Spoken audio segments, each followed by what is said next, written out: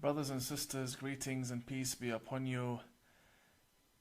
Salamun alaikum, shalom, bonjour, ya Ali, all the greetings in the world out there. I'm just going to test if my live feed is working because, excellent, okay, it's working. As I have promised you, my weekly show will continue on this very page every Sunday at 5 p.m. Australian Eastern Standard Time. And the aim from these programs is to, number one, raise awareness about what really lies within the books that form the violent Sharia law that lead to the beheading of our citizens and the innocents around the world. And also, we need to educate ourselves in what is harmful to us and our children, so that we may know how to take precaution when it comes to dealing with this ideology. It is not harmful to educate ourselves in what is harmful. It is wise for us to understand what exactly lies within these books. Now, many reformers are reformers because they are Muslim, not because they have actually spent a time studying within the seminaries. Not that it is a requirement that one needs to have some sort of degree in order to stand against ISIS, but I think the world we live in is more interested in stamped documents from radical institutes than the actual truth that lies within the very books. This here between my two hands is the manual for every single Muslim on the face of the earth. Every single Muslim believes in what I am holding between my two hands. They may indirectly or directly believe in it. Meaning we may have a minority of Muslims that say, well, we don't believe in all of this, but they believe in books that depend on sources from these four books. Firstly, we have the Holy Quran. The Holy Quran is the holy book for all of the Muslims around the world, regardless of denomination, sect or group. All Muslims believe in the Holy Quran. If someone does not believe in the Holy Quran, then they are not Muslim. They have to believe in the Holy Quran. We will not be interpreting the Holy Quran, but that will be a separate program. I have here 4 volumes of Sahih al-Bukhari. If you had watched my appearance on the Andrew Bolt show, you would have seen that I had brought one of these volumes and I read from the volume, I referred to one of the to what was written in one of the volumes. And it was very shocking for the nation as to what exactly lies within these books. The ABC Media Watch turned around and said, the statements of Imam Tawhidi are plain crazy. Well, I guess they're just proving our point, that indeed, what lays within these books and leads to our deaths is plain crazy. The problem is, you do not have access to these books. The problem is, even if you had access to these books, you would not be able to understand the literature within these books. Today, I want you to know what exactly lies within the books that are considered sacred right after the Holy Quran. In every mosque, or in the majority of mosques and the majority of Muslim libraries and schools, the Holy Quran is placed right next to Sahih al-Bukhari. That is because Sahih al-Bukhari interprets the Holy Quran, especially volume 3 from Sahih al-Bukhari that focuses on the Quranic interpretation. It teaches us Muslims how to live our lives, what ethics we need to abide by, and what exactly makes us good human beings. This is the manual that we have. Now, I understand that some will say, well, the Bukhari is a Sunni author, and the Bukhari is respected by Sunnis, and I'm a Shi'i. So how is it that the Bukhari applies to me in my daily life? The answer is very simple. The Bukhari has influenced all of the tafsirs, the interpretations of the Holy Quran for all Islamic denominations, regardless whether they be Ahmadiyya, Sunni, Zaydi, or Shia. All Shia scholars take from interpretations of the Holy Quran that depended upon the Bukhari as a source in one way or another. This book has influenced every school of thought, and even grand ayatollahs within the Shia school of thought, such as Fadlullah, Khamenei, Khomeini, and also lecturers such as Ahmad al-Wa'ili. All of them refer to this book and they abide by it. Some may call them undercover Sunni, undercover Wahhabi. That is understandable. But that's not what I am saying. I am saying this book is a book that has led to the deaths of many people. This is a formula of war. This is what has made Islam a religion of war. This is what needs to be banned. Now obviously, with 4 volumes between my hands, I'm not going to be able to analyze each and every volume within this episode. But we are going to skim through these 4 volumes to find out what exactly is this book like, what was the line of thinking of this author, what on earth was he thinking when he compiled this, and why are the Muslims silent? But before I come into speaking about the Bukhari, it is worth asking a question. How come the Muslims who don't speak Arabic, other than the Imams, and how come the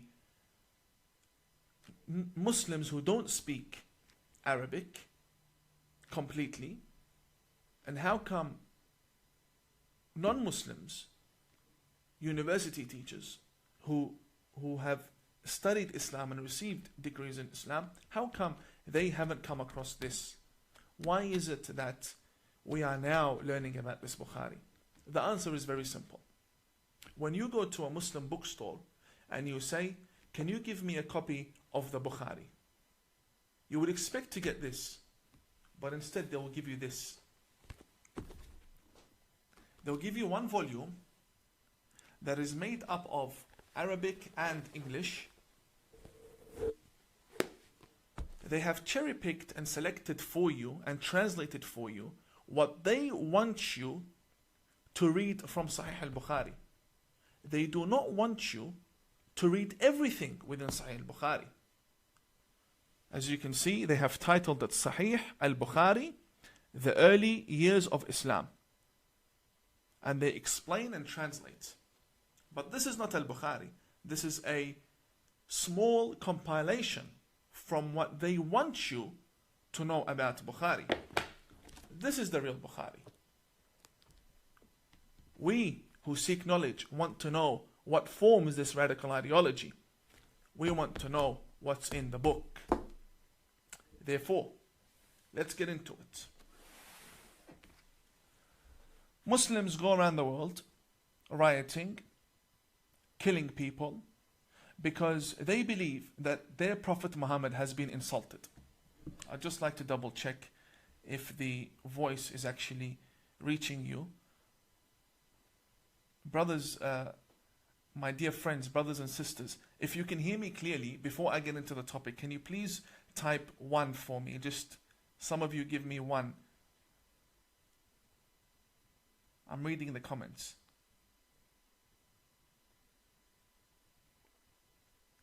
Just a 1, thank you very much. If you can hear me, can you please confirm?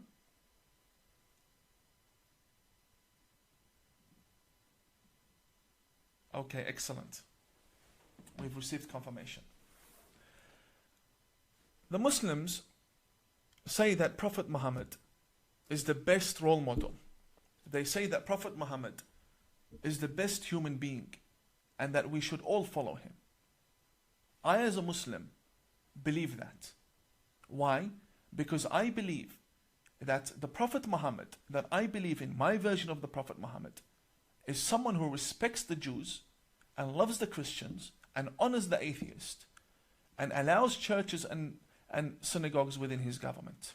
The problem with my version of Muhammad is that only a minority follow it. The majority follow a different Muhammad.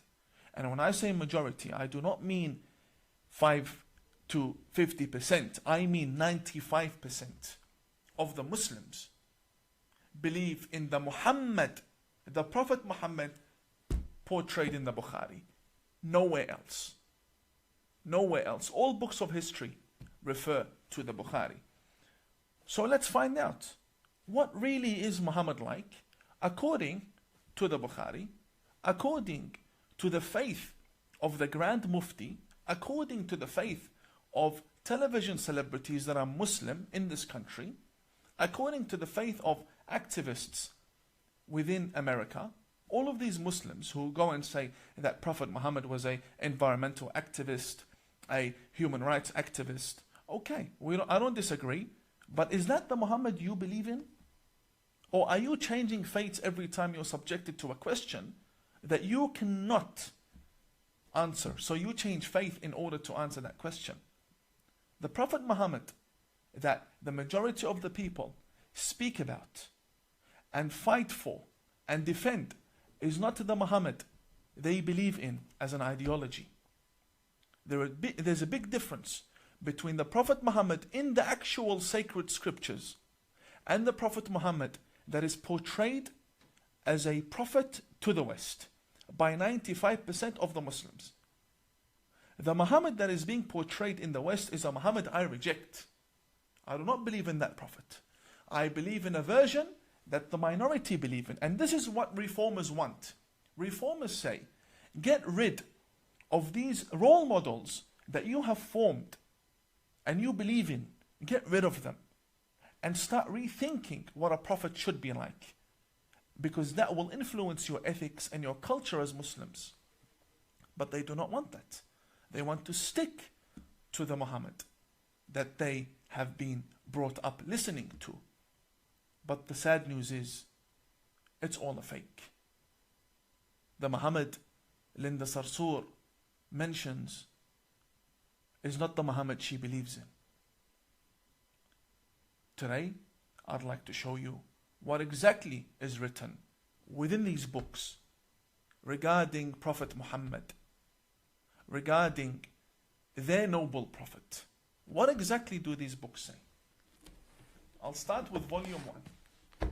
And I know the techniques of the radicals. These books are a big surprise to them. That now Tawhidi, Imam Tawhidi is now on live showing the West what these books contain. And the Imams, as I speak, do not underestimate this. As I speak, the Imams are contacting each other right now, without a doubt. And they will hold an emergency meeting as to what to do with Imam Tawhidi. Because I know how my community will react. So before they start saying this is a fake cover and the inside is not the real Bukhari, I'll have to show you up close that this is the Bukhari. This is Sahih al-Bukhari. And this here is volume 1. And I will show you the license of the publication. Just for the record, you can pause the video later on. This was printed in Beirut, Lebanon, and it was printed by the publisher Dar al-Kutub al-Almiya.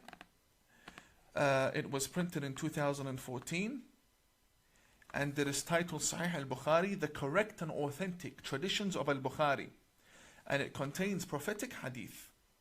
This is volume 1. This is exactly what I was taught.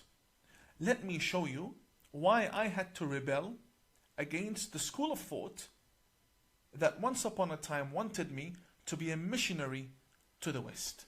So you can understand why these statements are being issued against me, saying I'm a fake. I'm a fake because I left this.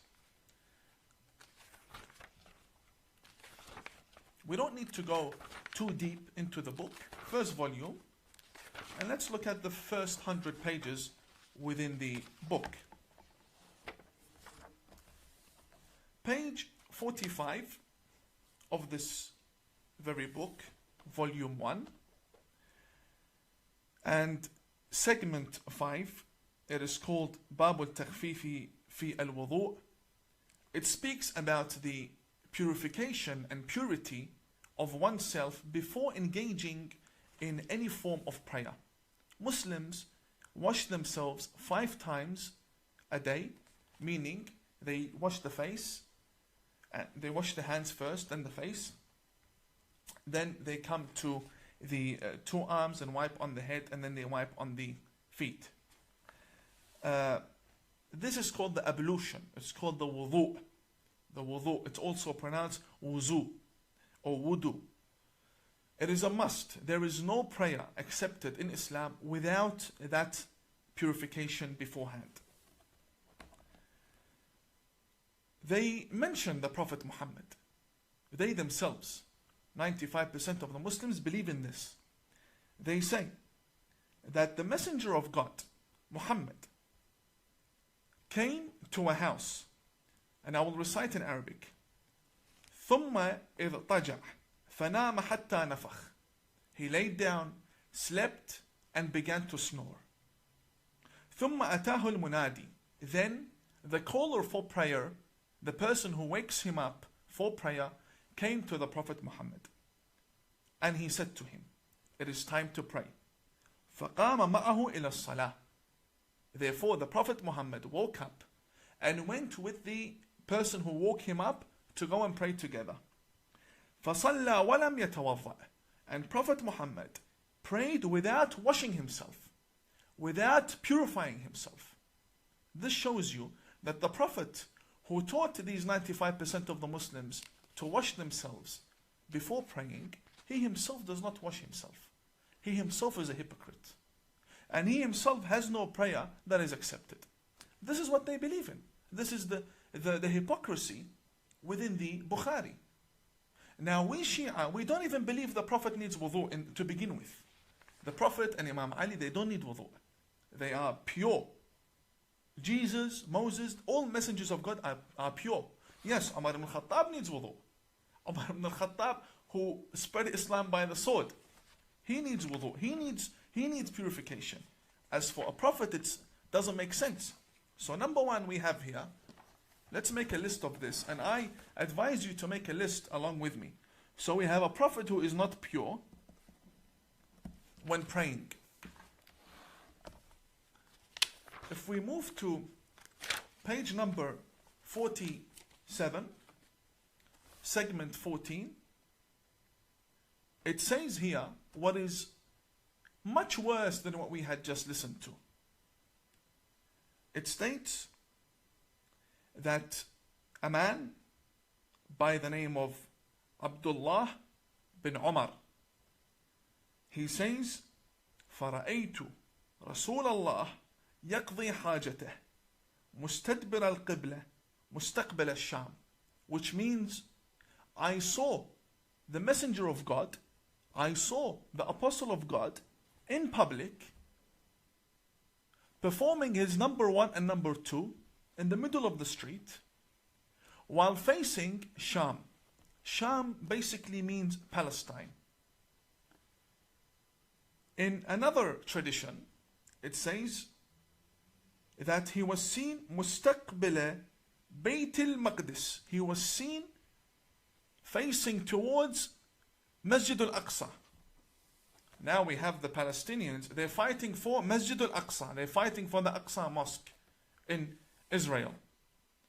And here the same Muslims tell us that their Prophet used to do number one and number two facing towards that direction. Deliberately. This is the Prophet you believe in. And this is the Bakri version of the Prophet. This is the Umari version.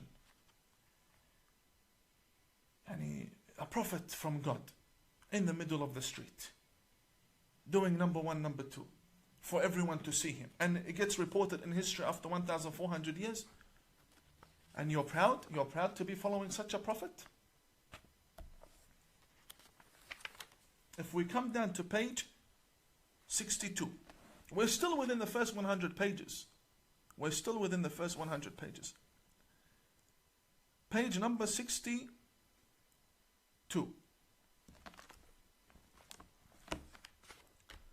It states, أتى النبي, the Prophet came, فبال قائما, ثم دعا بماء, فجئته بماء فتوضأ. Which basically means, Prophet Muhammad came, and he urinated while standing up. He wanted water, we got him water, then he performed ablution. He performed the wudu in order to pray. The problem is in Australian media, the radical preachers in Sydney tell me and you that if you stand when you urinate, you are doing an act that is like the act of animals. That's what they say. They say only animals stand and urinate. And here the very Prophet stands and urinates. I will show you. I'm not here making things up here. All highlighted in yellow for you. I'll bring it up to the camera. That the Prophet, peace be upon him and his family, urinated when standing. Which means he's a hypocrite. And he has no ethics, according to the Bukhari.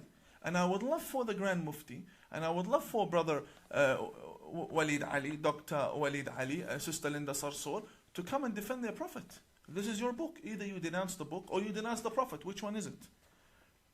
So now we have a Prophet who urinates when standing like an animal. Like an animal. And we have number 1 and number 2 in public. This is the book that forms Sharia law. Let's read what's in this book. Come to page 72 of volume 1 of Sahih al-Bukhari. This one here is worse. Yani, as you go deeper into the book, the worse it gets for you. It states here, كان النبي يدور على نسائه في الساعة الواحدة من الليل والنهار وهن 11 قال قلت لأنس أو كان يطيقه قال كنا نتحدث أنه أعطي قوة 30. What does this mean? It means that the Prophet Muhammad used to visit all of his wives, and they were 11, and he would engage with them all in sexual intimacy. And he would do that during the day and during the night. And all 11 of them. And he wouldn't wash himself. He would not wash himself between each wife. So the person who narrated this report, he said, is this true? That Prophet Muhammad has the ability to satisfy 11 women? Here it says, he was given the power of 30 men. Yeah, Bukhari, who are you trying to fool? Who are you trying to fool? When you read this is the Prophet Muhammad that we were taught. I didn't bring this from Jupiter. This is the book for the greatest scholar in Islam after the Quran, according to 95% of the Muslims. I didn't make this up. It's in the Bukhari. I'm more than happy to bring this on any platform and we'll debate about it. This is very sad. Very sad. Prophet Muhammad, who you love and you go around killing people for. This is your hypocrisy. This is what you believe about your Prophet. This is the issue when we say ISIS came from Sunni Islam and they are doing what they are doing in Iraq. Or everything is focused about the sexual desires that they have. Blow yourself up to get 72 virgins. This is your Prophet. Running around during the day and the night. He has nothing better to do. God sent him to engage in intimacy. He had nothing better to do, according to your most important source. Now this, and we're still on page 72. We're still on page 72, over here, page 72. We haven't even reached page 100. And it just gets worse. This is volume 1. Volume 1 from Sahih al-Bukhari. As we are going through these books, you will see that the level of intellect and integrity and dignity and respect that the author has when speaking to his people regarding his own Prophet is very low. Very low level of respect when speaking about the Prophet. And nobody, none of us would want 1,400 years down the track to have a most important book circulated everywhere, considered sacred, that contains matters of your private lifestyle, matters of how you would deal with your wife. These are shameful things, and these are present in every mosque. And this is why our youth focus on the 72 virgins. Because if their prophet is running around after women 24/7, in the day and in the night, في الليل والنهار, it's written in the book, during the day and during the night, then we cannot blame the radicals for wanting 72 virgins. Now we come to page 221. 221. The chapter of jihad begins. And this is the problem that we have when it comes to jihad. This here is volume 2 from Sahih al-Bukhari, the most sacred book after the Holy Quran. And this here is the chapter of jihad, so nobody says we're making things up. Chapter of jihad. We will open the chapter of jihad that is present in all of our mosques. Thank you very much. Thank you very much for importing these books from overseas.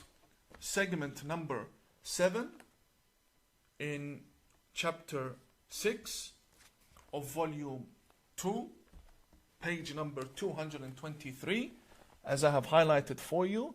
I don't know how clear that is. I can provide you with scans if you like. The name of the chapter says it all. The name is called Bab Tamanni al-Shahada. The chapter of loving martyrdom. I want the Grand Mufti to answer me, what does this mean exactly? Because I know they will say it took it out of context. No problem. I'm an Imam and I've taken it out of context. You explain, please. قال رسول الله صلى الله عليه وآله والذي نفسي بيده لوددت أني أقتل في سبيل الله ثم أحيا ثم أقتل ثم أحيا ثم أقتل ثم أحيا ثم أقتل. What does that mean? It means that Prophet Muhammad says, I vow by God that I wish that I could be killed for the sake of Allah, then brought back to life, then killed, then brought back to life, then killed, then brought back to life, then killed once again, and then you go become a martyr and you go and you get your 72 virgins. And this is not something that we are just reading. This is not a magazine. This is Sahih al-Bukhari. The authentic. Sahih means authentic. After intense filtration for 1,200 years, this is what we have now come with to form the religion of Islam. So when you see its non-stop attacks towards the West, you know why. Because they themselves wish to die, come back to life, to die again, come back to life, and die and come and non-stop. This love for death that they have, I don't know where it comes from. Do you know where it comes from? It comes from this book. When you wonder, what is the root for terrorism? This book. This here. When the Muslim is taught that your Prophet wishes to die and come back to life once again, just in order to die again, you can't blame the 15-year-old and the 17-year-old and the 22-year-old to want to go and blow themselves up. You cannot blame them. This is in the book. And this book is in Australia. This book is... When I show you, the ABC says I'm playing crazy. When I'm silent, the right says we're crazy. So please, left and right, let me do my job. I'm here to raise awareness. Now, we've finished from an example. These are all examples I'm giving you. I cannot go through the whole book. Examples I'm giving you with regards to jihad. Now, the book, the very volume, explains to us why the Prophet would say such a thing. According to Al-Bukhari, why would the Prophet say such a thing? Very easy. You read in page 348. I'll lift it up again for you. 348. This says, segment number 11, chapter 59. It says, Bab Sifat Iblis wa Junudih. The characteristics of Satan, of Shaitan, of Satan and his soldiers. Then we have a testimony from Aisha. Aisha is the wife of Prophet Muhammad, who was also a terrorist after the life of Prophet Muhammad. She was leading an army that killed many people, tens of thousands of people in Basra, also known by the Battle of the Camel. Aisha, this is the 7-year-old wife, apparently. According to us, according to our evidences, the more reasonable evidences, she was over 18, she was over 20. And we also have evidence that she was married and she had a child before she married Prophet Muhammad. But we won't get into that. All the Muslims haven't agreed upon her age. But what they have agreed upon is that she was either 6 to 13 by the 95% of the Muslims. The majority believe she was underage. Yes, I will not deny. Here, the very lady, Aisha, says, and Aisha, hadith number 3268. She says, سحر النبي حتى كان يخيل إليه أنه يفعل الشيء وما يفعله. It means that the Prophet Muhammad was possessed. He was possessed. He was a crazy, delusional man. To the extent, حتى, she says, حتى كان يخيل إليه, to the point that he would start imagining things. And he would consider that he has done things when he didn't do anything. So when you find the Prophet saying, I want to die and come back and die and come back, it's because they believe he's a delusional man. They believe he's a psychopath. They believe he's being possessed, which is even worse. How can an apostle of God be possessed by jinns? This is what they believe. Page 348. We're not making this up. Let's come to page 377. I want the Grand Mufti to explain, please. Explain in Arabic. I understand Arabic. Explain. We'll have our friends translate for you. No problem. Page 377. It states that the Prophet in 3372, Prophet Muhammad used to doubt in previous prophets, which clearly contradicts the Holy Quran. The Quran says, مَا نُفَرِّقُ بَيْنَ أَحَدٍ مِّن رُسُلِهِ. We do not differentiate between any of God's messengers. Here the Prophet Muhammad says, أن رسول الله قال نحن أحق بالشك من إبراهيم إذ قال رب أرني كيف تحيي الموتى. Prophet Muhammad says that we are more worthy to doubt in the words of God than Abraham when he said, Oh God, show me, how can you give life to the dead person? If someone's dead, how can you give life? Show me. So the Prophet Muhammad himself, according to 95% of the Muslims, was a delusional man. According to Sunni Islam, this is al-Bukhari.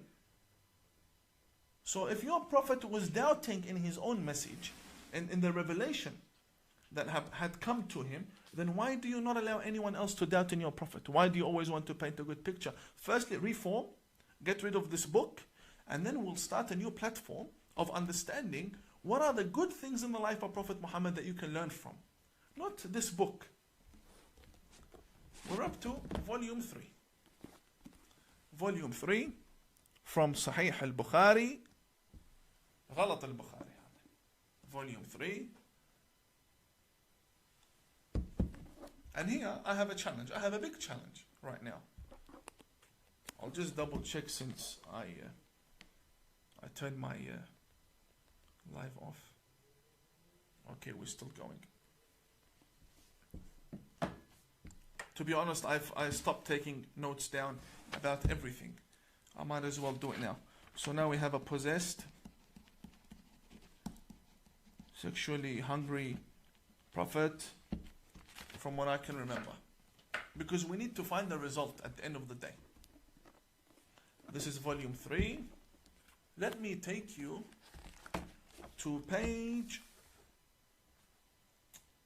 462. This one here. Any Muslim from the majority faiths.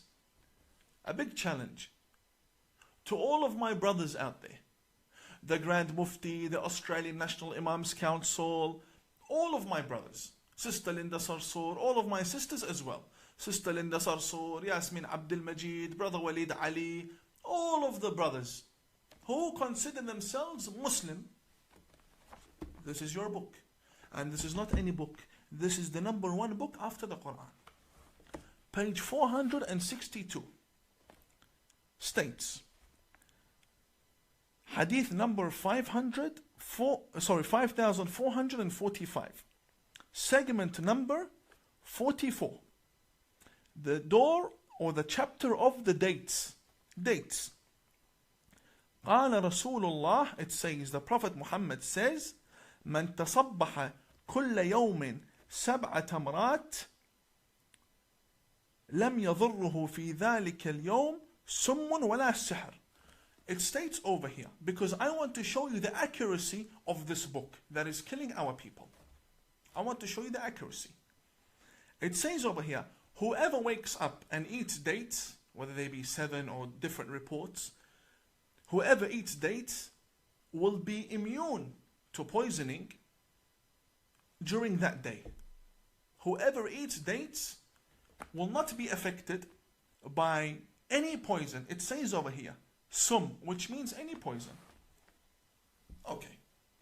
I have a challenge. I have here dates. And I have here kerosene. I have here kerosene. And I have a cup of water. I have an empty cup, a glass. So you can see perfectly. And I have 2 dates over here. My challenge to the Australian National Imams Council. If this book is accurate, that means the Prophet portrayed in the previous volumes we just shown is an accurate portrayal. And you cannot blame anyone for thinking wrong about your Prophet. If it is not true, then denounce. Say this is not a good book.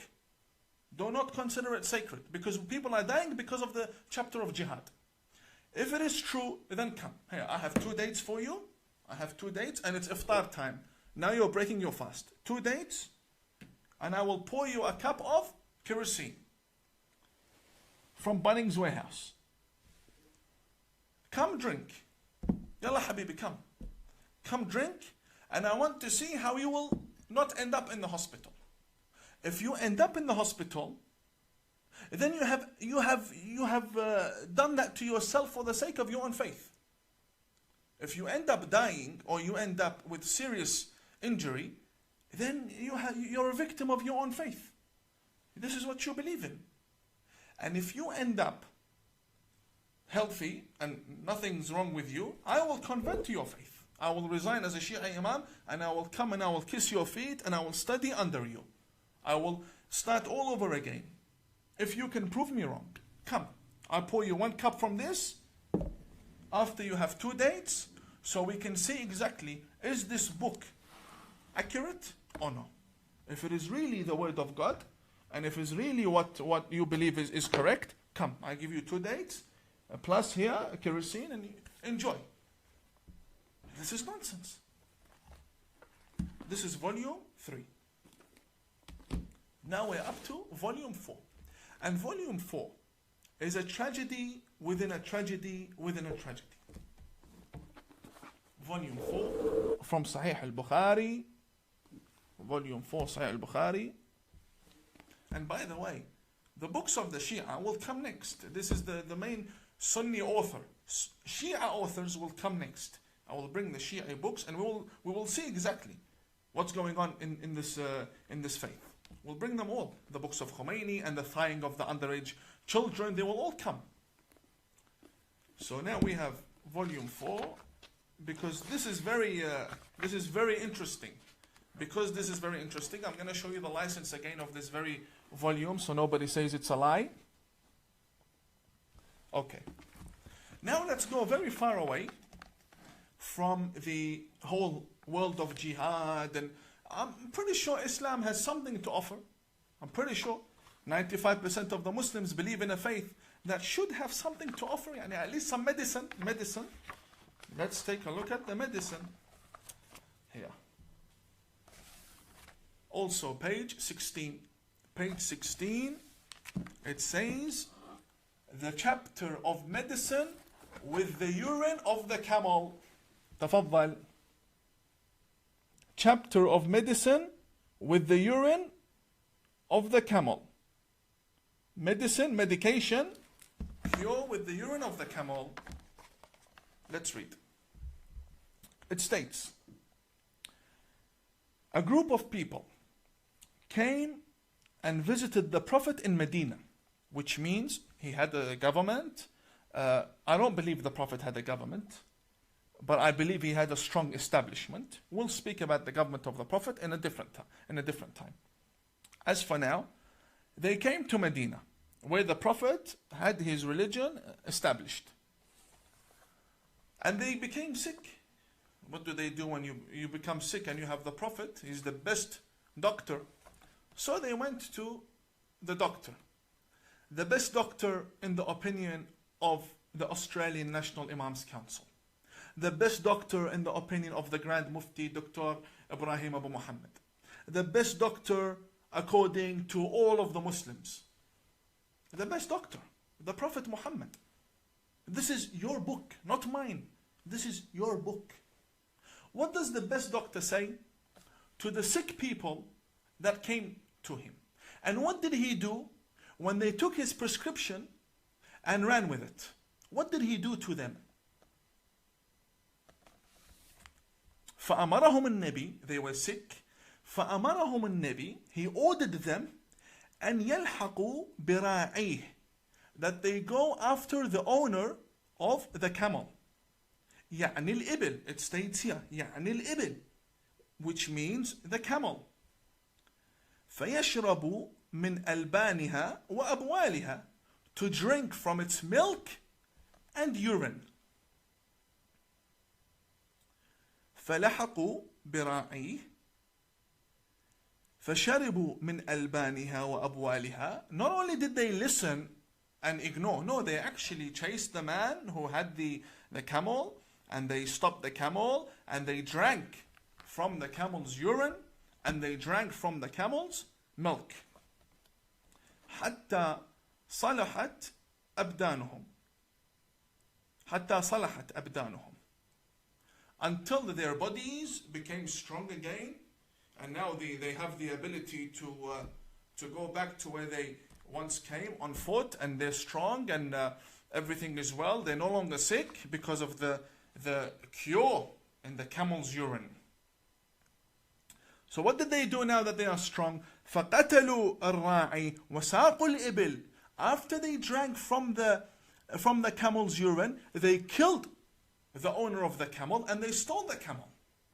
Now, until now, we have a tragedy. Because if this is real, then we have a tragedy. What is coming up, it's something I cannot call a tragedy. Watch. The Prophet orders them to go and drink urine from the camel. They go, they drink the urine and the milk, and then they kill the owner, they steal the camel, and they come back. Listen to this. فبلغ النبي, the Prophet heard, Prophet Muhammad heard. فبعث في طلبهم فجيء بهم. So he said to his companions, go bring these two people who did this to the owner of the camel. So they brought them. What did Prophet Muhammad do? فقطع أيديهم وأرجلهم, according to them, to the 95% of the Muslims. Ya Grand Mufti, can you please explain? The Prophet here chopped their hands and their legs. Why? Because they stole a camel. It states فَقَطَعَ أَيْدِيَهُمْ وَأَرْجُلَهُمْ وَسَمَّرَ أَعْيُنَهُم. And he brought two nails, the nails that you would use for the wall, and he poked their eyes with it.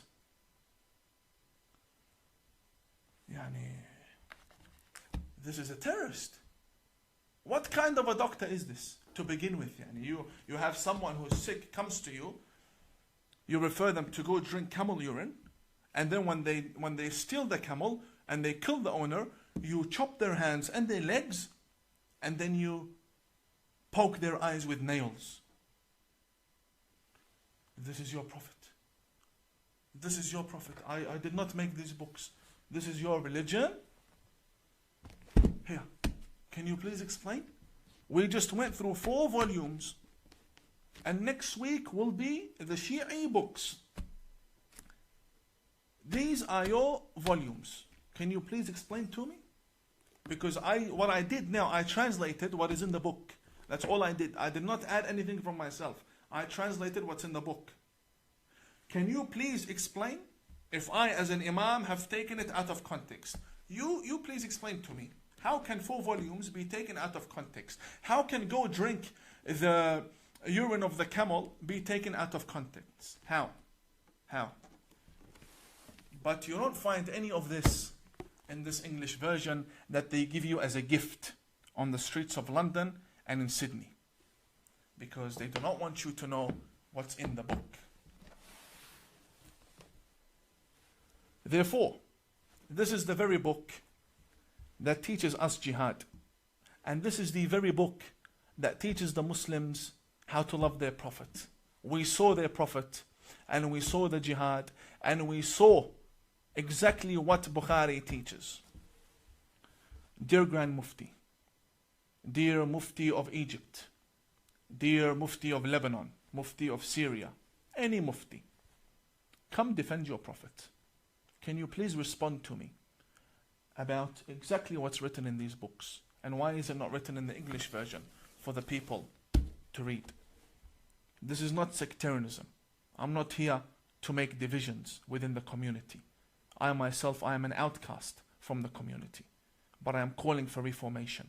We clearly have a problem in the books that we consider to be sacred scriptures. If this is the book you use to interpret the Quran, then you cannot blame people to hate your Quran. You cannot blame people to hate your Quran. If this is the intellect that we are displaying our religion with to the world, then may God be with the world and may God be with the religion. Because this is clearly something wrong. I stand against this book and against the author of this book. And I do not consider it to be sacred at all. And next week I will show you the books of other denominations that need reformation. My purpose here is to show you exactly what needs to be left within Islam. We cannot be reformers if we go to the mosque and we pray behind imams that quote from this book and revere this book and respect this book. The chapter of jihad was more than enough. All we had to read was 1 line. The chapter of jihad makes over 100 pages. I only read for you 1 line. To me, these are all attributions to my prophet. I do not believe in them at all. I am a kafir in this book. I do not believe in it at all. I believe in the prophet that loved Moses and loves Jesus. And we have a study, but the problem is only a minority believe in that study. And now we have reached the end of the first show. I honestly pray that you had somewhat benefited from tonight's episode, where we raise awareness regarding these books. May God bless you all. Thank you very much for your time, and I will see you in my next live stream. God bless you all, and have a good night.